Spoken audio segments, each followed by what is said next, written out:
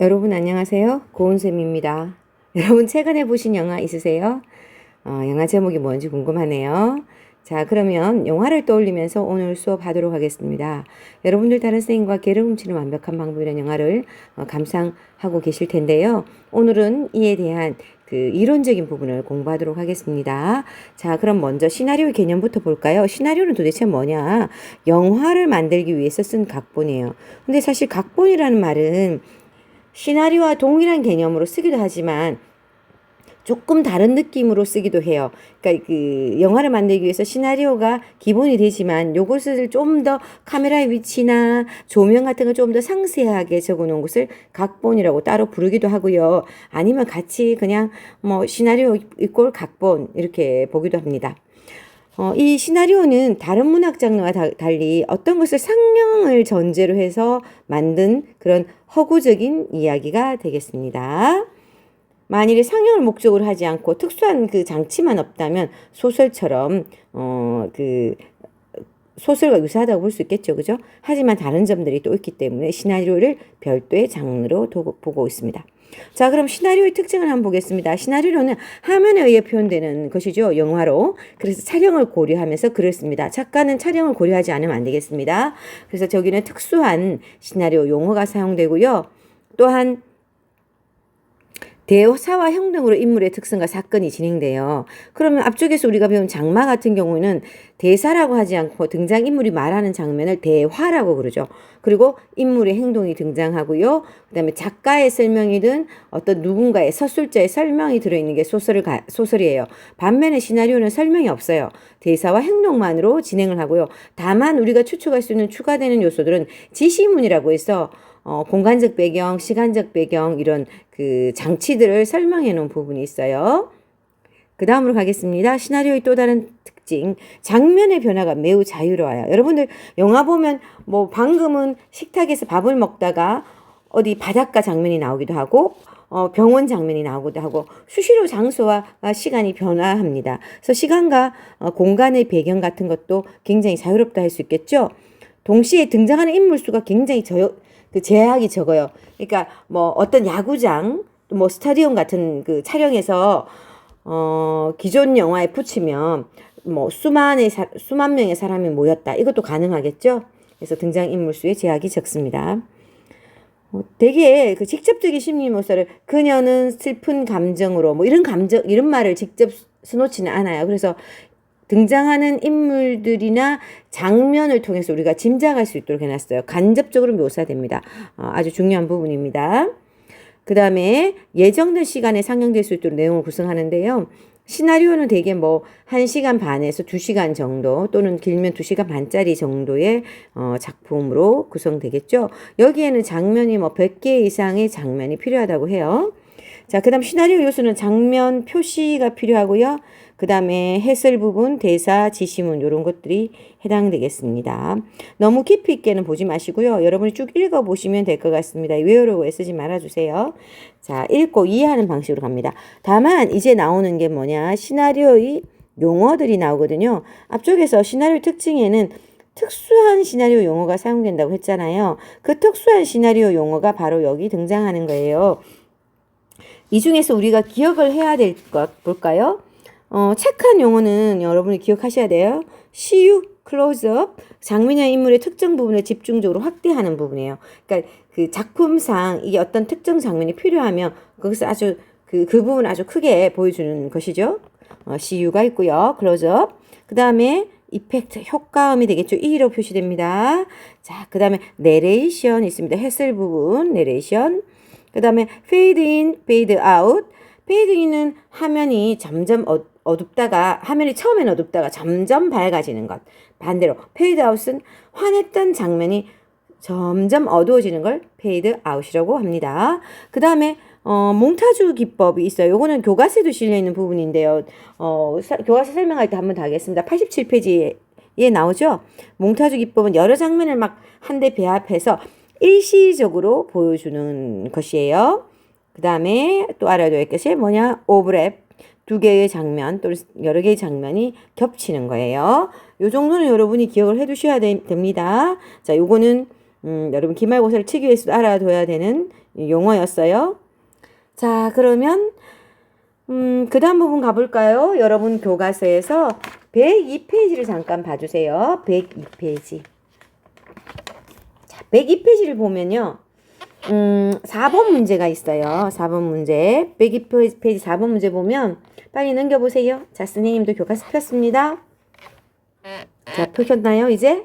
자, 102페이지 밑에 보면 보기는 장면, 씬 75, 그러니까, 75번째의 그 장면에서 일부를 소설로 바꿔놓은 내용이에요. 이 두 개를 비교하고 제시된 항목에 따라 두 글의 갈래상 차이를 정리하자 했는데요. 그러니까 결국 그 시나리오를 소설로 옮겨놓은 요 것과 기존의 시나리오와의 차이점을 묻는 그런 부분이 되겠습니다. 그래서 여러분 교과서를 참고하시고 보시면 되겠는데요. 정답은 프린트에 여러분들 선생님이 다 적어놨어요. 그럼 바로 보도록 할까요? 자, 시나리오와 소설은 사건 전개에 있어서 시나리오는 대사와 행동을 통해서 사건이 전개됩니다. 반면에 소설은 대사를 다르게 말해 대화라고 바꿀게요. 대화 대신 대사. 그 정답지에 대사라고도 쓰는 부분이 있어요. 근데 대사라고 해서 틀린 건 아닌데 대화라는 게 더 정확한 표현인 것 같아요. 대화, 그 다음에 행동. 여기에 시나리오와 다른 점은 서술자의 서술, 그 다음에 묘사. 그러니까 장면 묘사 같은 게 들어가요. 그러니까 장면 묘사도 그냥 묘사도 서술 안에 들어가니까 서술자의 서술이라고 해도 상관은 없어요. 이런 것들이 추가됩니다. 그래서 시나리오와 소설은 사건 전개 방식이 다르고요. 그다음 서술자의 개입에 있어서 시나리오는 시점이라는 개념이 없어요. 그래서 그 시나리오를 통해서 배우들이 장면을 보여주는 거지. 그렇기 때문에 시점이라는 개념이 없고요. 다만 소설의 경우는 시점이라는 개념이 있어서 작품 속의 등장인물이나 전지적 서술자가 개입하는 거죠. 이때 뭐 1인칭 시점이든 전지적 작가 시점이든 누군가가 개입하는 방식으로 있습니다. 주로 작품 속에서 그 개입을 많이 하는 경우는 전지적 시점이 대부분이 여기 해당되겠죠. 전지적 시점이 주로 작가 개입이 이루어지겠습니다. 자, 그러면 여러분들 메모하시고요. 다음으로 갈까요? 여러분들 프린트 지금 우리 기말 2번을 지금 하고 있는데요. 지난 시간에 장마 마지막 강의, 5번째 강의가 그 기말 1에 해당되는 학습지였죠. 방금 기말 2 부분인데 기말 3으로 가지 않고요. 바로 기말 4로 넘어가도록 하겠습니다. 여러분들 기말 4를 좀 펴주실래요? 자, 요게 지금 선생님 지금 보고 있는 요게 기말 3이죠. 그죠? 자, 그런데 이제 기말 4로 가겠습니다. 자, 기말 4가 요거잖아. 개를 훔치는 완벽한 방법, 본문 부분을 표현해 놓은 부분인데요. 요거는 교과서로 보시면 여러분들 교과서 87페이지에 해당되는 87페이지에 해당됩니다. 87페이지. 아니네요. 맞네요. 87페이지. 보셨나요? 조금 달라가지고 위에 그림이 없어가지고 그죠? 자, 그러면 한번 조금 빨리 한번 펴주세요. 자, 전체적인 줄거리라든지 내용은 영화 감상을 통해서 여러분이 해결하시면 될 것 같아요. 그래서 선생님은 그 이론적인 부분 중에서 꼭 알아야 되는 부분만 할게요. 먼저 개를 훔치는 완벽한 방법 제목 나왔고요. 그 다음에 원작자. 그 다음에 이 원작은 외국 작품인데 지금 현재 여러분이 감상하고 있는 영화는 우리나라 작품으로 되어 있어요. 자, 여기에 등장하는 인물들이 이렇게 쭉 서술해 놨습니다. 인물 소개가 있고요. 여러분들 교과서의 87페이지에 62번 장면 볼게요. 보통 하나 영화를 만들려면 100개 이상의 장면이 필요하다고 합니다. 그리고 여기는 앞쪽에 얘기한 대로 여러 개의 영화에 필요한 특수용어를 사용하고 있죠. 여기도 영화의 특수용어들을 쓰고 있네요. 자, 그래서 여기에 나오는 내용들을 쭉 보시면 여러분이 읽어보시면 돼요. 여기 번호에서 여러분들 프린트하고 조금 다른데 1, 2, 3, 4, 5까지를 잠깐 보시면 여기까지 지금 방금 요 1부터 쭉 내려와서 여기 5까지 레스토랑 마르셀의 정원까지 보시면요. 요 부분은 주로 지시문에 해당되는 거죠. 주시문에 해당되는 것으로 요거는 어떤 내용이 되냐면 시간과 시간적 공간적 배경을 소개해 놨습니다. 그래서 공간에 대해서 배경에 대해서 시간과 공간 알 수 있고요. 즉 다르게 말하면 배경을 알 수 있도록 해 놓았습니다. 그리고 이 부분에는 중간에 행동 지시문도 있죠. 누구누구가 어떻게 하라 하는, 뭐 예를 들어 홀 계단에서 내려온 위리를 본 지소는처럼 행동을 지시하기도 하죠. 배경을 소개하고요. 여기 배경 안내하고요. 행동을 서술하기도 합니다. 자, 그 다음에 여기는 또 영화에 특수한 용어가 사용되었네요. 그죠? 그 다음에 여기 또 읽다 보니까 5번 번호에서 보면 틱하고 밟는 구둣발 수영이다 라는 게 나오죠. 여기는 효과음 들어가야 되겠죠? 따로 지금 표시는 안 됐는데 아마 효과음이 들어가야 되지 않을까 생각됩니다. 그리고 그 페이지의 밑에 옆에 교과서 87페이지 바로 위에 보면 몽타주 기법과 시유 기법에 대해서 서술을 해놨죠. 그래서 몽타주 기법을 한번 볼게요. 몽타주 기법은 영화나 사진 편집 구성의 한 방법으로 되어 있어요. 편집 방법인데 따로따로 촬영한 여러 개의 장면을 적절하게 떼어 붙여요. 그러니까 그 영화를 제작하는 사람 또는 시나리오 작가의 마음대로 이렇게 자기가 원하는 부분이 있을 거 아니야. 그 방식대로 이렇게 다시 조절을 해서 쭉 그 새로운 장면으로 하나로 펼쳐놓는 그런 그 방법인데요. 이렇게 해버리면 여러 개의 장면을 쭉 연결해서 쭉 한목에 보여주기 때문에요. 굉장히 이 역할은 사건을 속도감 있게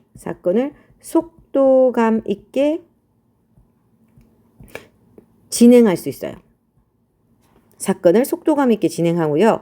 그리고 여러 개의 장면을 짧게 보여주잖아요. 그죠? 그렇기 때문에 그 영화를 보는 관객, 시나리오는 영화 촬영을 위한 목적에서 만들어진 글이니까 그것이 촬영됐을 때, 영화로 됐을 때 관객의 상상을 자극해요. 상상력을 자극합니다. 그래서 관객이 이런 그 사건을 속도감 있게 진행하기도 하고 관객의 상상을 자극하기도 해서 보다 관객이 효과적으로 이해하게 해요. 이해를 좀 더 잘하게 하는 거예요. 이해를 효과적으로 하도록.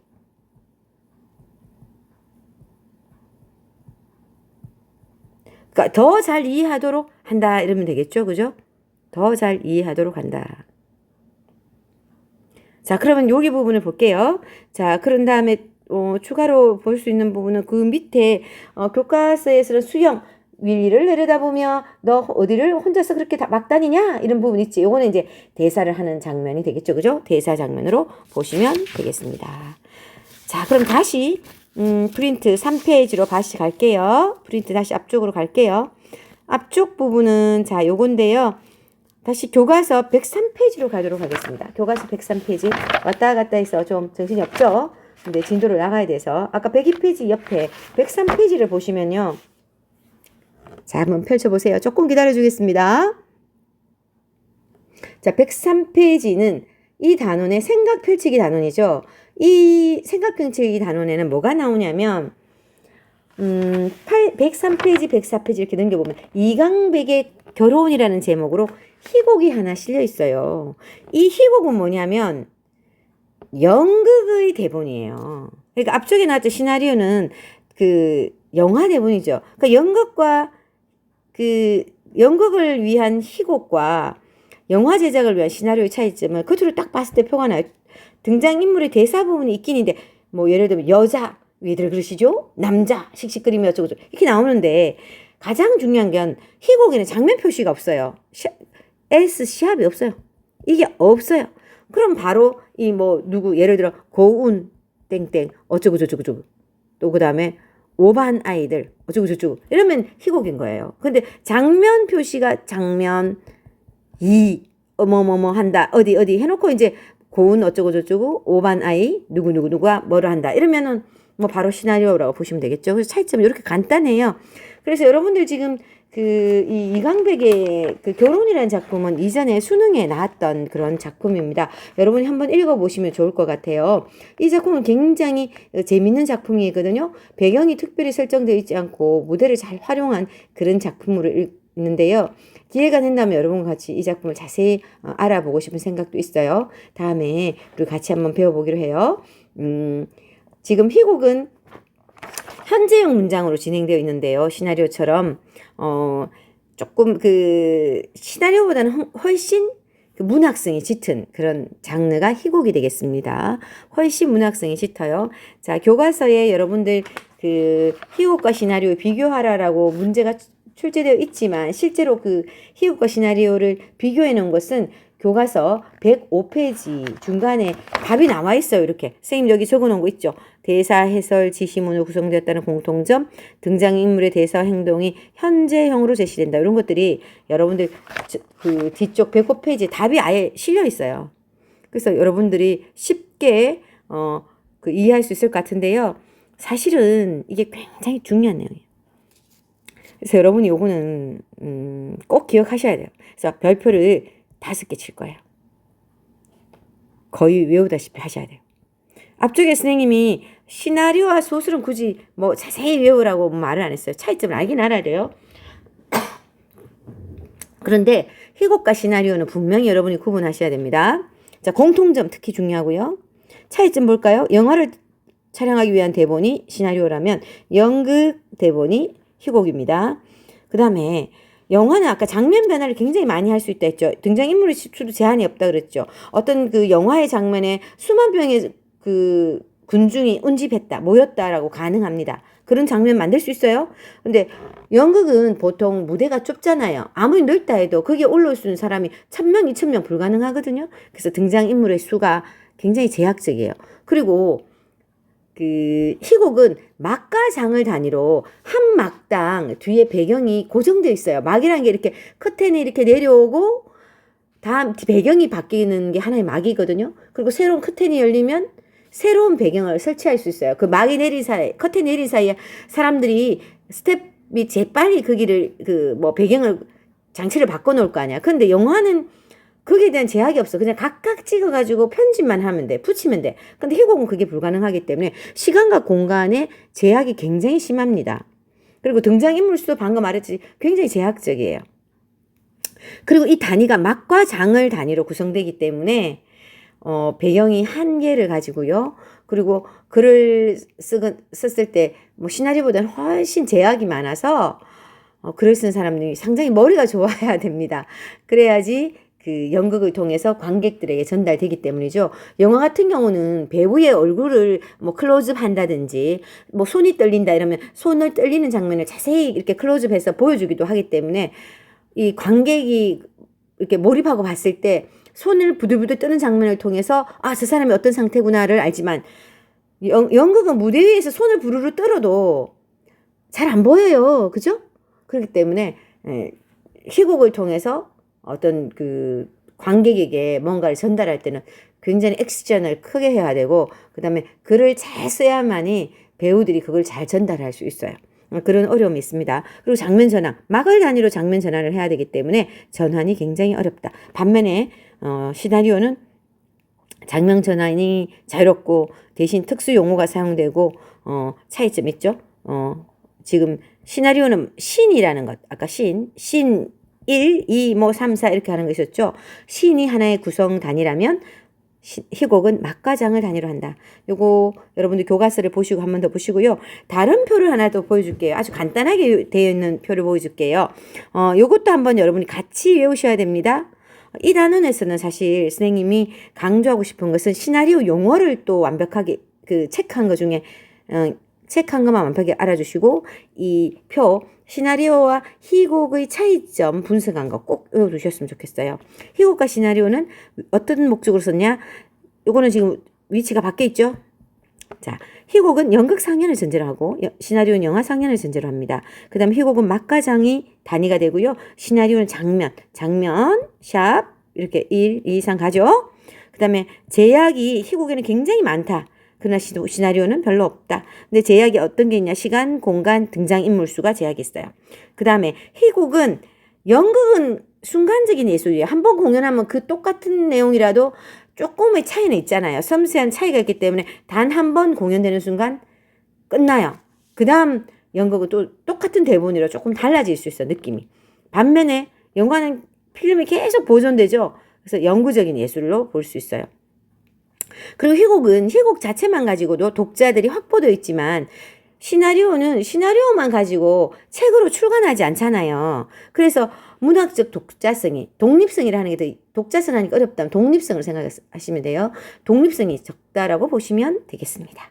자, 그러면 이번 시간에 별로 한 것도 없는데 금방 시간이 지나갔네요. 여러분 오늘 했는 내용 중에 꼭 알아야 되는 내용 여러분이 잘 정리하셔서 기억하시고 기말고사 때 좋은 성적 받으시기 바랍니다. 수고하셨습니다.